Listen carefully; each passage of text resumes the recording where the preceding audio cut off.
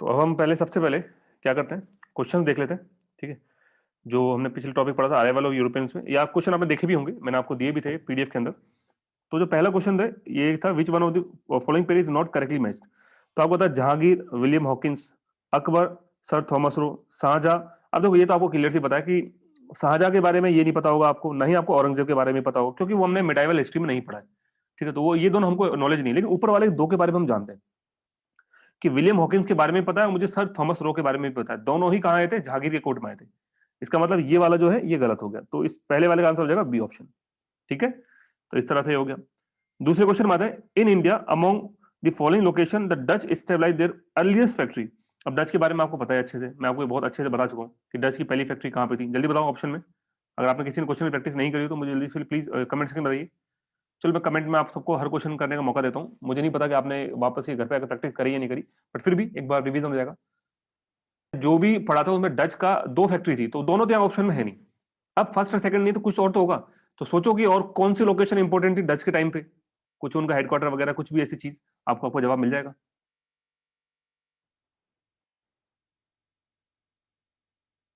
Dutch का headquarter कहां पे था, कहीं बनाया था उन्होंने हेडक्वार्टर? नहीं याद आ रहा, चलो मैं आप थोड़ा सा दिखाता हूँ। डच में ले चलते फटाफट देख लेते हैं, आप समझ जाओगे कि फैक्ट्री की कहानी किस तरह का क्वेश्चन था। ये देखो डच में आ गया ना, तो अब देखिए डच के अंदर देखिए, मैंने रिकॉर्डिंग ऑन कर रखी है ना। हाँ, तो डच में देखो ध्यान से, ये आगे आगे यहाँ तक कहानी आने के बाद मेन चीजें मैं आपको समझा। ये देखिए, डच ने अपने हेडक्वार्टर कहाँ बनाया, पुलिकट में। फैक्ट्री ठीक है मसूलीपट्टनम में पेट्रोपोलिस में डाली, हेडक्वार्टर पुलिकट में था। उसके बाद और भी बहुत सारी फैक्ट्री बनी, कासिम बाजार, कराईकल, बालासोर, बारानगर और गोलकोंडा। ठीक है, तो ये थोड़ा सा ट्रिकी क्वेश्चन था, इतना आसान क्वेश्चन नहीं, कि फैक्ट्री तो बहुत सारी डाली उन लोगों ने और रेंडमली उन्होंने कोई चार फैक्ट्री में नाम देकर पूछ लिया। तो यहाँ थोड़ा सा दिमाग लगा ट्रिक से करना था क्वेश्चन, ये डायरेक्टली आप नहीं कर सकते। तो यहाँ पे क्योंकि इतनी सारी फैक्ट्री के नाम याद रखना ऑलमोस्ट इम्पॉसिबल है, तो यहाँ जो जवाब होगा वो होगा पुलिकट, बी ऑप्शन। आइए नेक्स्ट पे, with reference to the entry of the European power into India, which one of the following statement is not correct? ये पूछा गया है। तो इसमें क्या बोला हुआ है हमसे क्वेश्चन के अंदर, द पुर्तगीज कैप्चर गोवा इन 1499। ठीक है, पहला ये क्या ये सही है, पुर्तगीज ने गोवा को 1499 में कैप्चर किया था? आई थिंक ये पहला ही स्टेटमेंट गलत हो गया, क्योंकि हमें अच्छे से पता 1509 के अंदर दीव को कैप्चर किया था, 1510 के अंदर पुर्तगीज ये गोवा कैप्चर हुआ था, राइट? याद आ रहा है कुछ? 1509 के अंदर हुआ था ना भाई दीव, उसके 1510 के अंदर गोवा। चलो मैं कोई बात नहीं, क्वेश्चन के साथ में फटाफट आपको कंसेप्ट भी दिखाता हूँ, मुझे कोई फर्क नहीं पड़ता, 2 मिनट लगेगी बताने में। आ जाइए, आपको थोड़ा रिकॉल हो जाएगा। ये देखिए, तो हम यहाँ पे आ गए इनके पास, ये देखिए ध्यान से, इसमें कहाँ गया कहाँ गया, ओके ध्यान से देखो, दीव कब कैप्चर करा 1509 में, गोवा कब कैप्चर किया 1510 के अंदर। तो इसका मतलब पहला ही स्टेटमेंट उस यूपीसी वाले क्वेश्चन का गलत है। तो फर्स्ट क्वेश्चन, फर्स्ट स्टेटमेंट ही गलत है, और हमसे नॉट ट्रू ही पूछ, जब भी एक चीज आता है कभी भी क्वेश्चन में नॉट ट्रू है ना, उसको अंडरलाइन कर लिया करो, वरना ये मरवा देता है।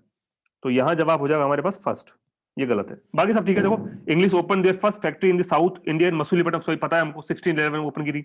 दूसरा, in eastern India the English company open is first factory Orissa, ये भी हमको पता सही है। Under the leader of Dupleix the French occupy Madras in 714, पता है हमको। उसके बाद बैटल ऑफ सेंट थॉमस हुई थी। ठीक है, तो ये सारी चीज आपको पता है, ये सारे स्टेटमेंट बिल्कुल सही है। आई चौथे पे, अब ये कोची के बारे में था, तो कोची के बारे में ये थोड़ा सा बैकग्राउंड मैंने तो यहाँ लिख दिया आपको, पुर्तगीज पुर्तगीज कोची के बारे में लास्ट में ऐड कर दिया। ये रहा देखिए, ये रहा, ये अंडर ओवर द पौंडीचेरी है।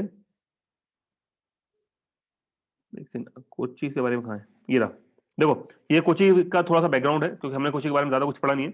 तो Portuguese navigator Pedro Alvarez Cabral founded the first European settlement India in Kochi. सबसे पहले जो कोची में जो सेटलमेंट था यूरोपियन का, वो पुर्तगीज का था, पहली बात तो ये।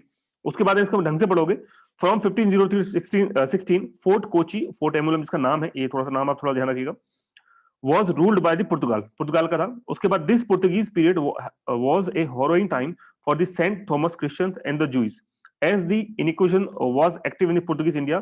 Kochi hosted the grave of the Vasco da Gama, Vasco da gamma के कब्र भी कोची में ये भी एक छोटा सा, मतलब एक ट्रिकी टाइप का क्वेश्चन हो सकता है। The first European explorer to set soil for India who was buried at Saint Francis Church, वो भी यहाँ पे लिखा हुआ है, वही मतलब वास्को डी गामा के बारे में। The Portuguese rule was followed by the Dutch, तो पुर्तगीज के बाद नेक्स्ट नंबर आया डच का। देयर आफ्टर होगा क्या, 1773 में मैसूर रूलर जो है Haider Ali extended his conquest in the Malabar region to Kochi, forcing it to become a tributary of the Mysore. मतलब पहले किसके पास है? पुर्तगीज, फिर डच, फिर मैसूर के पास आ गई. The hereditary prime minister of the Kochi held by the Pelinith. अच्छा नहीं, पहले बकवास करके फिर हम मेन मुद्दे पे आते हैं. डच पे यहाँ पे आता है कि एंग्लो डच ट्रीटी होती है 1814 में with the United Kingdom UK के साथ, under which Kochi was ceded to the UK in exchange for the island of the Banka और सुमात्रा. तो ये बात समझ में आई कि कोची को सीड कर दिया गया, दे दिया गया था एंग्लो डच ट्रीटी के बाद में 1814 के बाद. किसको? यूके को या ईस्ट इंडिया कंपनी को. अब आई जाए इस क्वेश्चन में आते हैं. तो क्वेश्चन क्या बोला? द मॉडर्न कोची, मतलब इसमें आपको पूछा विच of the following is A correct state, सही कौन सा है? The modern Kochi was a Dutch colony till independent India. गलत हो गया, ये गलत हो गया. डच से तो मैसूर ने ले लिया था, पहला तो गलत है. दूसरा, डच डिफीटेड द पुर्तगीज, गलत बात है. ये स्टेटमेंट पता है ना, पुर्तगीज, ये फोर्ट विलियम्स के बारे में पता है ना, फोर्ट विलियम्स को किसने ईस्ट इंडिया कंपनी ने बिल्ड किया था, तो ये तो गलत है स्टेटमेंट है. तीसरा, the modern Kochi was first A Dutch colony before the Portuguese, ये गलत बात है. पहले पुर्तगीज थी, बाद में डच थी. तो चौथा ऑप्शन वैसे सही होगा, 3 गलत होने के बाद. चौथा क्या है? The modern Kochi never became a part of the British colony. Colony तो थी नहीं ना, ब्रिटिश ने कहां में कॉलोनाइज किया, इसको सीड कर दिया. उसके बाद उन्होंने इसको जो बाद में देखो 1920 के अंदर, ये देखिए यहाँ पे, Robert Clive bought the 1920 under the direction of lord major. 1947 के अंदर इसको इंडिया के अंदर, in 1947 when India gain independence from the British colony rule, Cochin was the first princely state. एक इंपॉर्टेंट पॉइंट देखो यहाँ पे भी आ गया है ये वाला, कि Cochin was the first princely state to join the Indian union willingly. तो ये 3-4 से क्वेश्चन हो गए कोचिन के बारे में. पहला तो वास्को डी गामा की कब्र यहाँ पर है. कोची पहली प्रिंसली स्टेट थी जिसने ज्वाइन करा, ठीक है. और कोई ऐसा नहीं है कि इसकी कॉलोनी बनाया गया. बट एक छोटा सा मेरा इस पे जब पढ़ा मैंने इसके तो थोड़ा सा मेरे को यहाँ डाउट आया था. एक सेकंड में आप लोगों से डिस्कस का जो डाउट था, वो डाउट अपना यहाँ से खत्म हो जाएगा. ऊपर के तीनों ऑप्शन ही गलत है, तो तीनों गलत है. तो चौथा हम इसको बोल सकते हैं हाँ चलो ठीक है, कॉलोनी नहीं था, विलिंगफुली दे दिया गया था फाइनली. जो भी इसका एक चौथा, हालांकि चौथे में भी थोड़ा सा अपन कह सकते हैं कि ये भी कॉलोनी और वो वाले में पंगा सकते हैं कि भाई ब्रिटिश के पास तो गया ही था. ठीक है, चलिए इस पर बात करेंगे बाद में और कभी. 5वीं बात है, इन द ईयर 1630 वेद. अब 1613 में आपको पता है कि ईस्ट इंडिया कंपनी ने कहां अपनी फैक्ट्री डाली? 1613 के अंदर सूरत के अंदर, ये हम पहले कर चुके हैं. विच of the following was the first fort constructed by the British in India? तो पहला फोर्ट कौन सा था? फोर्ट सेंट जॉर्ज, ये आपको पता है, ये मद्रास के. उसके बाद हमने फोर्ट सेंट डेविड लिया, मतलब नाम पर देवनामपट्टनम फोर्ट का नाम बदल के फोर्ट सेंट डेविड कर दिया. उसके बाद में फोर्ट विलियम्स बनाया, ठीक है. फिर वो among the following European were the last to come to. अब ये जो क्वेश्चन है इसका जल्दी से जवाब दो ऑप्शन में ABCD, कि सबसे लास्ट में कौन आया था. मैं थोड़ा छोटा कर देता हूं आपको देखने के लिए. ओह ये भी मैं यहां से हटा देता. Okay sorry. अब बताओ सबसे लास्ट में कौन आया था इन चारों में? पता है ये ऑर्डर 1664 में आपको अच्छे से पता है कि जो डच आए थे, डच कब आए थे? 1596 में बेसिकली ट्रेवलर आया था. और 1602 के अंदर डच ईस्ट इंडिया कंपनी आई थी. इंग्लिश आए थे 1608 के अंदर. पुर्तगीज आए थे 1498 के अंदर. और फ्रेंच कब आए थे? 1664 के अंदर. तो सबसे लास्ट में फ्रेंच आए थे. नेक्स्ट है, with whom permission did India this the English set there first factory in the Surat. तो पहली फैक्ट्री किसकी परमिशन से ली? आपको पता है जहांगीर. ये तो सिंपल सा सबको पता ही होगा, जहांगीर है इसका answer. With reference to Pondicherry, now Puducherry, consider the following statement. तो ये मैं आपको पहले ही बता चुका हूं कि जो ये मैं आपको पहले भी समझा चुका था कि पुडुचेरी की जो फर्स्ट पावर थी वो कौन सी थी? पुर्तगीज थी. और पुर्तगीज थी, ये पहला ऑप्शन जो है. तो वन एंड ओनली. इसमें देखिए आप, मैं इसकी एक्सप्लेनेशन के लिए मैंने लास्ट में जोड़ दिया यहाँ पे, ये रेस्टोरेंट जो कल मैं उस दिन आपको बताया था यहाँ पे. The colonial period start with Portuguese as they were the first European to trade in textile. तो उसके बाद पुर्तगीज के बाद फ्रेंच गए. सब ये लास्ट क्लास में आपको बता दिया था, मैंने सेम यहाँ पे ऐड कर दिया. इसके अंदर आप चाहो तो वीडियो रोक के इसको देख लीजिए, पढ़ लीजिए. ये पूरा पौंडीचेरी के बारे में कि पौंडीचेरी किस तरह से इंडिया में शामिल है, फाइनली जो भी चीज के बारे में लिखा हुआ है. जो यूट्यूब पे देख रहा हो उसको रोक के पढ़ लीजिए. बाकी तो मैंने पहले एक्सप्लेन कर दिया था आपको. तो ये तो थे प्रीवियस ईयर के यूपीएससी के क्वेश्चन जो इस टॉपिक से हैं. अब कुछ प्रैक्टिस क्वेश्चन है, वो भी हम जरा कर लेते हैं. आपको इन प्रैक्टिस क्वेश्चन के जवाब कमेंट सेक्शन के अंदर देने होंगे फटाफट, जो भी आपको समझे. तो पहले क्वेश्चन जवाब दो जल्दी से. Arrange the following in the chronicle order as per their arrival in India. बिल्कुल सही बात है, सी ऑप्शन. हम जानते हैं कि सबसे पहले पुर्तगीज आए, उसके बाद में डच आए, फिर इंग्लिश आए, फिर डेनिश आए, फिर फ्रेंच आए. तो ऑर्डर बनेगा 3214. तो 3214 सी ऑप्शन. ठीक है, अगला क्वेश्चन बताइए. रहा which of the following statement is are correct regarding the English East India company.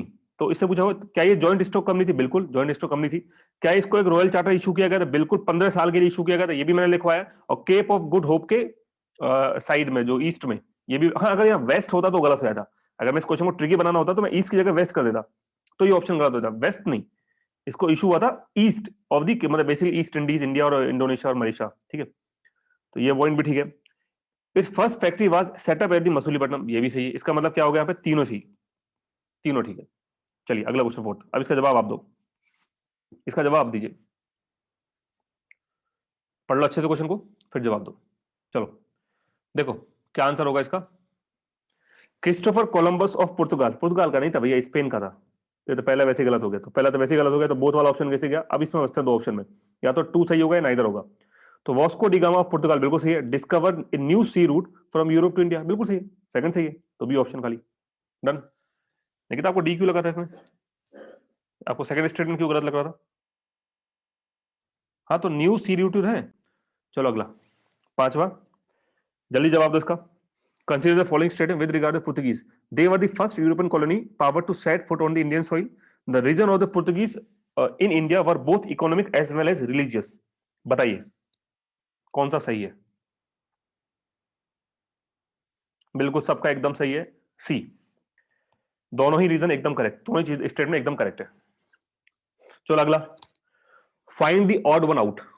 Find the odd one out, आपको बताना चारों में कौन सा ऐसा जो ऑड वन आउट टाइप का पढ़ा ना, रीजनिंग टाइप का क्वेश्चन है। बताओ इसका answer.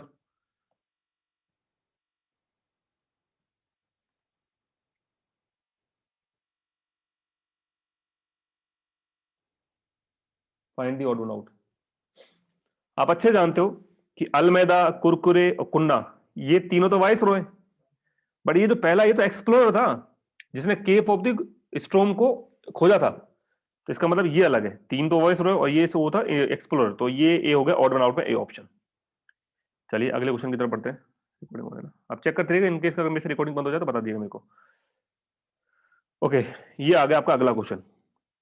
Which of the following factor contributed to the discovery of the new trade route of the India and East Indies? कौन से आपको इसमें से रीजन लग रहे हैं, जो पढ़ लो अच्छे से क्वेश्चन को फिर बताइए कौन सा रीजन इसमें वैलिड है।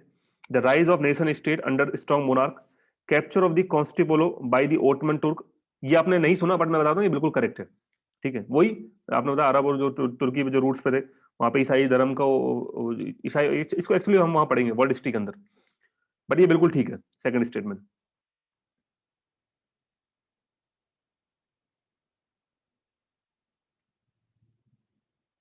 सबका एकदम ठीक है, डी बिल्कुल। चारों ऑप्शन है, renaissance in Europe, zeal to spread Christianity, सब कुछ बिल्कुल ठीक है, डी ऑप्शन। अगला ये question number 7, which one of the following is not, मैंने पहले ही नॉट ट्रू अंडरलाइन कर दिया है क्योंकि अगर मैं नॉट ट्रू अंडरलाइन नहीं करूंगा आप क्वेश्चन को गलत पढ़ जाओगे। विच one of the following is not true regarding the Dutch कॉलोनिकल history in India. अब आराम से पढ़ो तसल्ली से फिर जवाब दो।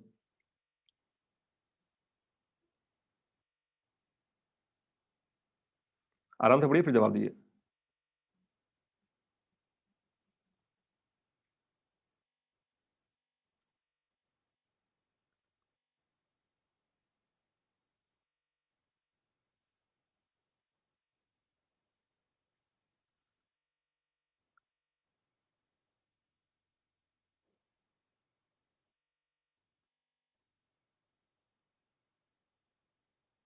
जवाब दो भाई, एक निकिता का जवाब है बस।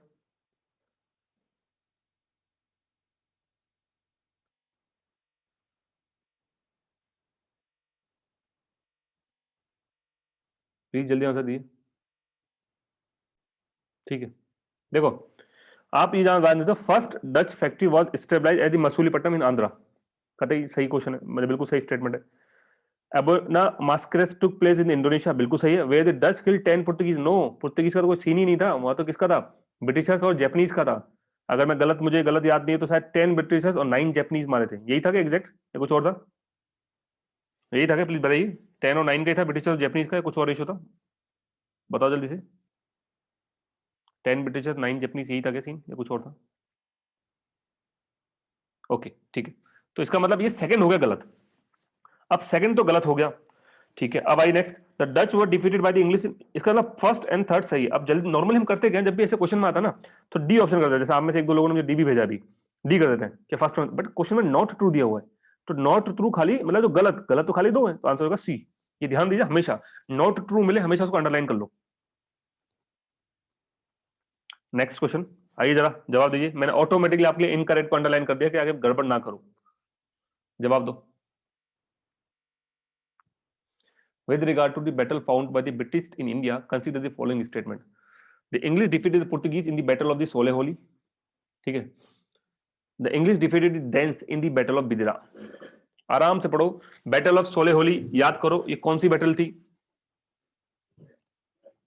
और अब बताओ कौन सा इसमें सही है।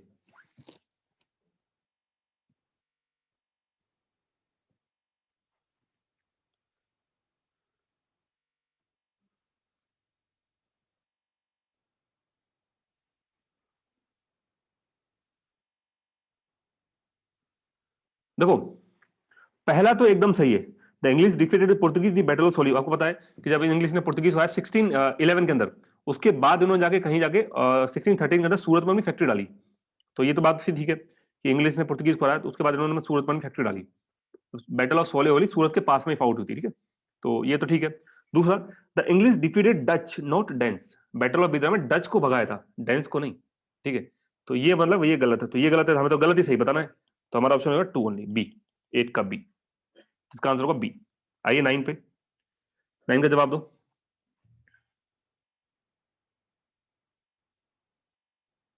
अब ये कुछ ऐसे क्वेश्चन है ना जिनको बड़ा मतलब आपने सुनने में थोड़ा लगता है कि हाँ, फ्रेंच के बारे में कैराकल, सीरमपुर, डच के बारे में, ठीक है, ये डेंस के बारे में, इसको छोड़ देना, क्योंकि टिपिकली क्वेश्चन फ्रेम किया गया इस तरह के क्वेश्चन यूपीएससी नहीं पूछता, बहुत छोटी छोटी सी लोकेशन है, तो आप इसको स्किप कर सकते हैं।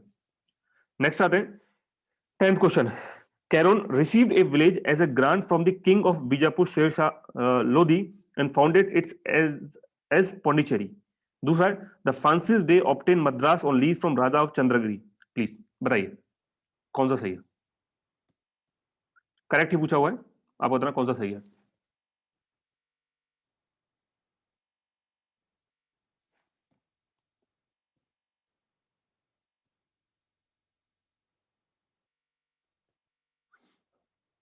निकिता, जो स्टेटमेंट आप गलत बोल रहे हो तो उसका सही क्या होगा, जो गलत बोला उसके हिसाब से सही क्या होगा। गलत है तो उसमें क्या गलत है, उसमें सही क्या है, किसकी जगह क्या होना चाहिए।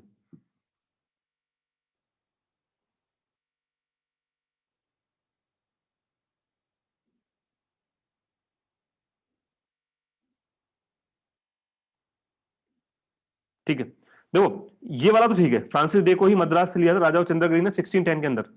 लेकिन ये जो है ना, ये इसमें कैरोन नहीं था। आई थिंक इसमें कैरोन की जगह जो था वो था फ्रांसिस मार्टिन, अगर मैं गलत नहीं हूं तो प्लीज बताइए, यही नाम था ना फ्रांसिस मार्टिन, कोई और नाम था नाम, अगर मैं कुछ गलत नहीं करता हूँ। फ्रांसिस मार्टिन है ना, हाँ फ्रांसिस मार्टिन। तो ये पहला वाला स्टेटमेंट गलत है, दूसरा सही है, तो इसका आंसर खाली 2 ओनली। अब आइए जरा मेंस के क्वेश्चन देखते हैं, यूपीएससी मेंस में किस तरह के क्वेश्चन आ सकते हैं।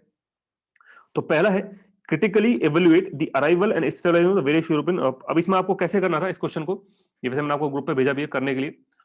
अब आपको इसमें पहले तो एक इंट्रोडक्शन देना है कि भैया ये क्यों आए, रीजन क्या था। तो आपने बहुत पढ़ा हुआ यूरोपियन का आने के डिफरेंट रीजन। अब उसमें इंट्रोडक्शन में वर्ल्ड लिमिट डालनी है, ठीक है। तो वर्ल्ड लिमिट के अंदर सबसे मेन चीज आपका जो इसमें आना होगी, बहुत सारे पॉइंट है, हमें पता है बहुत सारे पॉइंट है। उसमें एक तो होगा इंडस्ट्रियल रेवोल्यूशन, एक होगा जो ओल्ड ट्रेड रूट पे अरब की जो मोनोपोली थी, ठीक है। तो आप वो पॉइंट मेरे हिसाब से इंट्रोडक्शन में जरूर इंक्लूड करें। तो आपका इंट्रोडक्शन और भी बहुत सारे पॉइंट है, बट जो मेन पॉइंट था हमारे पास यही है, मतलब इंट्रोडक्शन छोटा सा रखना बस। उसके बाद हम एक एक करके पुर्तगीज, उसके बाद डच, उसके बाद सबको एक्सप्लेन कर दो थोड़ा थोड़ा वर्ड में, उनके बारे में मेन चीजें बताओ, ज्यादा नहीं बोलना है, वर्ल्ड लिमिट का ध्यान रखना है। फाइनली कंक्लूजन कैसे करोगे, जो भी हमारे 18th सेंचुरी के अंदर हुआ और इनके आने से क्या क्या चीजें हुई। आप ये बता सकते हो कि मुगल पावर डिक्लाइन हो रही है, critically evaluate the arrival stabilise. तो स्टेबलाइजमेंट ये वर्ड पकड़ लो, अराइवल तो आपने बता दिया, बट स्टेबलाइजमेंट को कैसे बताओगे। मुगल के डिक्लाइन के रीजन तो बताइए, मैंने बताया कि जब भी कभी ऐसे क्वेश्चन मुगल के डिक्लाइन के रीजन रट के रखो, उसमें दो छाप दो, ये लो कंक्लूजन में वो लिख दो। तो वीक सक्सेसर होने की वजह से इनको फायदा मिल गया एंड सो ऑन, जो आपस में लड़ते रहते थे, और बहुत सारे रीजन मैंने आपको बता ही रखे, कोई भी छाप दो, आपका अच्छा खासा आंसर बन जाएगा। आइए next, discuss how the socio economic condition of Europe and the Indian सब कॉन्टिनेंट लेट द अराइवल। अब ये तो मैंने पूरा छाप रखा आपको सोशो इकोनॉमिक कंडीशन के बारे में, इंडिया में भी बताया हुआ है और यहाँ भी बताया हुआ है, ठीक है। और तो ये आराम से कर दोगे, इसके ऊपर पूरा चैप्टर पढ़ा हमने। Next, can it be said that social, अब हालांकि आपको थोड़ा और बेहतर अगर इसको जानना है, थोड़ा और बेहतर इसको जानना है, थोड़ा सा और वेट कर लीजिएगा, और हम आगे बढ़ेंगे तो और अच्छे से आप इस क्वेश्चन लिख पाओगे। खाली लिखने को तो आपको दिया तो लिखिएगा जरूर। Next, can it be said that socio political condition in southern India provide a better ecosystem for European to gain a foothold. बड़े आराम से बता सकते हैं कि साउथ इंडिया, पहले बात तो मुगल की पकड़ नहीं थी, साउथ इंडिया में कोई बहुत बड़ी पावर थी नहीं, निजाम हैदराबाद हो गया प्लस में सब आपस में लड़ते रहते थे, आपको पता ही है मराठा करके। फिर दूसरी बात, साउथ इंडिया में मराठा सबसे बड़ी पावर थी, थर्ड बैटल पानीपत के बाद उनकी पावर डिक्लाइन हो गई, ठीक है, उनको मौका मिल गया। बंगाल के अंदर आपको बताइए कि सक्सेशन बैटल के अंदर डुप्लेसिस ने एंट्री मार दी, तो डुप्लेसिस ने एंट्री मार दी, उससे रॉबर्ट क्लाइव ने सीख लिया, और वो भी जो प्रिंसेस के सक्सेशन में एंट्री मारना स्टार्ट करे, और इस तरह से उन्होंने फायदा उठाना स्टार्ट कर दिया। तो ये काफी सारी चीज आप यहाँ पे अपने वर्ड्स के अंदर, वर्ड 250 वर्ड्स लिमिट के अंदर अच्छे से इसको एक्सप्लेन कर सकते हैं। तो ये इस तरह के मेंस के क्वेश्चन है। अब ये मुश्किल से मुश्किल क्वेश्चन जो बन सकते हैं वो ये, इससे ज्यादा कुछ नहीं है, ठीक है। तो यहाँ से हमारा जो कल का चैप्टर था उसका आंसर राइटिंग का सेशन तो होता है खत्म।